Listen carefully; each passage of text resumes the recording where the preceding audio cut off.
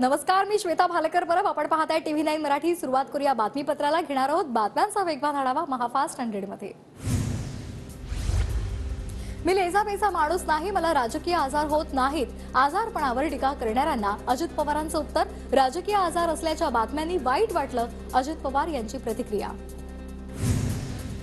Dengue असताना दिल्लीला जाणं लोकांना पटलं नाही, नाना पटोले यांचा अजित पवारांना टोला. अंतरवाली सराटीमध्ये दगडफेक प्रकरणातील तिन्ही आरोपींना 2 डिसेंबरपर्यंत न्यायालयीन कोठडी. ऋषिकेश बेद्रे याच्यासह तिघांना पोलिसांनी ठोकल्या होत्या बेड्या. आरोपींकडून पिस्तूल आणि जिवंत काडतुसं जप्त. सरकारनं आमच्या कार्यकर्त्यांना विनाकारण अटक करू नये. आम्ही दगडफेकीचा कट रचला नव्हता. दगडफेकीतील आरोपींना अटक केल्यावरून मनोज जरांगे यांची प्रतिक्रिया. अंतरवाली सराटीतील घटना म्हणजे गृह विभागाचं अपयश. देवेंद्र फडणवीसांचं काम दर्जाचं दिसत नाही. सुप्रिया सुळे यांची फडणवीसांवर टीका. राज्यात वातावरण दूषित करण्याचं काम भाजप करतंय. लाठीमाराचे आदेश दिल्याचं गृहमंत्र्यांनी स्वतः मान्य केलं होतं. जालन्यातील लाठीमारावरून नाना पटोले यांनी फडणवीसांवर टीका केली आहे. प्रत्येकाला आपल्या समाजाची भूमिका मांडण्याचा अधिकार आहे, पण समाजामध्ये कटुता निर्माण होऊ नये याची काळजी घ्यावी. आरक्षणाच्या मुद्द्यावर बोलताना उपमुख्यमंत्री अजित पवार यांचं आवाहन. अजित पवारांनी त्यांच्याच माणसांना समज दिल्यास बरं होईल. मनोज जरांगे पाटलांचा अजित पवारांवर निशाणा. अलीकडच्या काळात वाचाळवीरांची संख्या वाढली आहे. रोज कुणीतरी अरेला कार्य करतो. महाराष्ट्राच्या संस्कृतीला ही बाब शोभणारी नाही. वाचाळवीरांनी आत्मपरीक्षण केलं पाहिजे. अजित पवारांचा सर्वपक्षीय नेत्यांना सल्ला.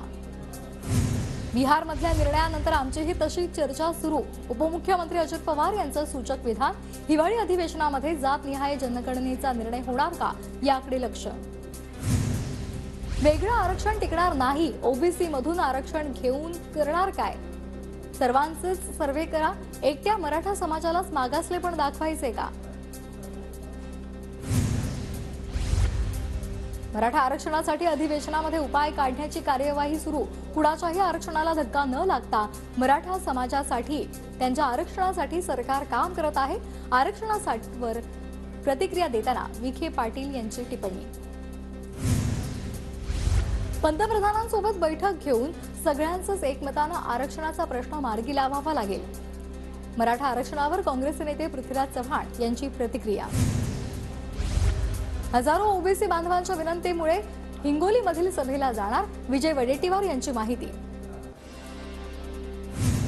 कुणामध्ये धमक असेल तर उद्याची सभा उधळून दाखवावी. स्वराज्य पक्षाला ओबीसी मेळाव्याचे मुख्य संयोजक बीडी चव्हाण यांचं आव्हान. सांगली जिल्ह्यामध्ये कुणबी प्रमाणपत्रासाठी मराठा समाजानंतर लिंगायत समाजही आक्रमक. आम्हीही शेतकरीच, आम्हाला सुद्धा कुणबी प्रमाणपत्र द्या. सकल लिंगायत मोर्चाचे जिल्हाधिकाऱ्यांना निवेदन. मराठा आरक्षणासंदर्भात राज्य मागासवर्ग आयोगानं सर्वेक्षण करावं. सर्वोच्च न्यायालयाचे राज्य मागासवर्ग आयोगाला आदेश.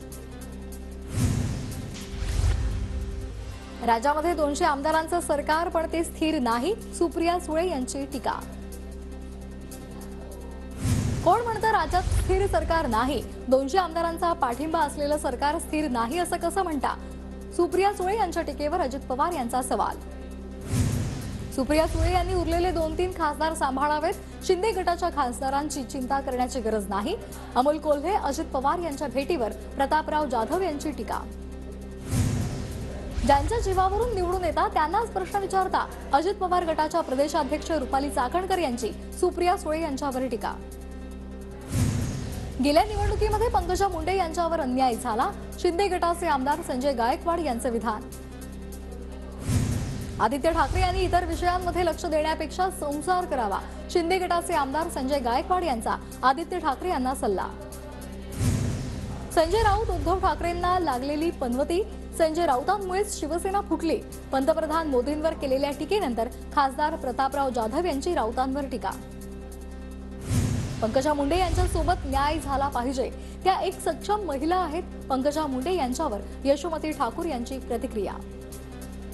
पंकजाताईंचा आम्हाला आधार, तर यशोमती ठाकूर यांना भाजपची कधीपासून काळजी. विखे पाटलांचा सवाल.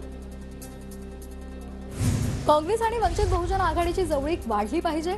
वंचित महाविकास आघाडीमध्ये सामील झाली तर ताकद वाढेल. काँग्रेसच्या नेत्या यशोमती ठाकूर यांची प्रतिक्रिया. मुख्यमंत्री एकनाथ शिंदेंचा कराड दौरा रद्द, मुख्यमंत्री शिंदेंची तब्येत बिघडल्यामुळे डॉक्टरांकडून आरामाचा सल्ला. दिव्यातील भाजपच्या माजी शहराध्यक्ष ठाकरे गटात प्रवेश करणार, थोड्याच वेळात ज्योती पाटलांचा शेकडो महिलांसह मातोश्रीवर उद्धव ठाकरे यांच्या उपस्थितीमध्ये पक्षप्रवेश. इस्रायल आणि हमास युद्धासंदर्भात संजय राऊतांनी केलेल्या ट्विटची इस्रायल दूतावासानं गंभीर दखल घेतली आहे. इस्रायली दूतावासाचं लोकसभा अध्यक्ष ओम बिर्ला आणि परराष्ट्र मंत्रालयाला पत्र.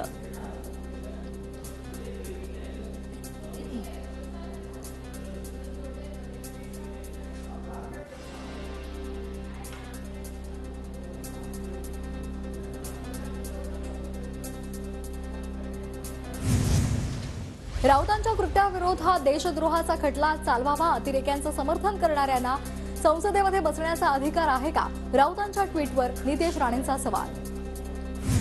ठाकरे गटाचे अमोल कीर्तीकर आणि सूरज चव्हाण यांना आर्थिक गुन्हे शाखेकडून समन्स, कथित खिचडी घोटाळा प्रकरणी आज दोघांचीही चौकशी होणार.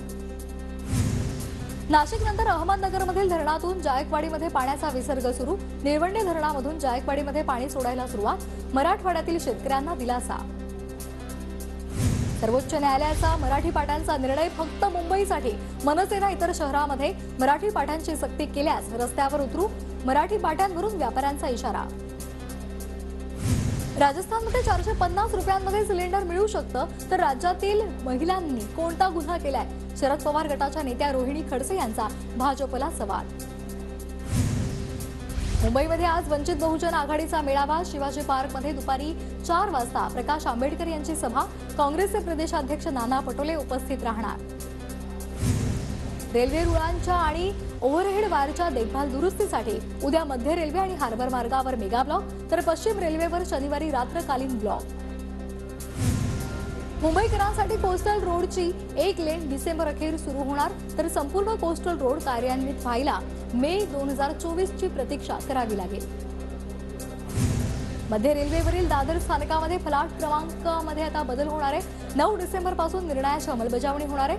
मध्य रेल्वेच्या फलाट क्रमांक 1च्या विस्तारीकरणाचे काम अंतिम टप्प्यात. पुण्यातील राजाराम पूल चौकातील वाहतुकीमध्ये बदल, राजाराम पूल चौकामध्ये उड्डाणपुलाचे काम सुरू, पुढील 3 महिन्यांसाठी वाहतुकीत बदल राहणार. सोलापूर कृषी उत्पन्न बाजार समितीमध्ये कांद्याची आवक वाढल्यामुळे दरात घसरण, बाजारामध्ये चांगल्या कांद्याला 25 ते 30 रुपये प्रति किलो दर. शेतकऱ्यांची अग्रिम रक्कम 3 दिवसांमध्ये जमा करा, अन्यथा कारवाई केली जाणार, कृषी विभागाचा विमा कंपन्यांना इशारा. प्रतिकूल हवामानापासून फळ पिकांचं संरक्षण करण्यासाठी पीक विमा योजनेमध्ये काजू आणि आंब्याचा समावेश, आतापर्यंत 9,000 शेतकऱ्यांनी पीक विमा उतरवला.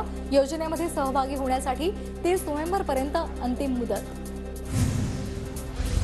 राज्यात उद्या कोकण, दक्षिण महाराष्ट्र आणि मराठवाड्यामध्ये वादळी वाऱ्यासह पावसाची शक्यता, तर उत्तर महाराष्ट्रामध्ये उद्या गारपिटीचा इशारा. धाराशिवमध्ये तुळजाभवानी मंदिर परिसरामध्ये वाहनांची पार्किंग नो पार्किंग झोन मध्ये, या पार्किंगमुळे नागरिकांचा खोळंबा.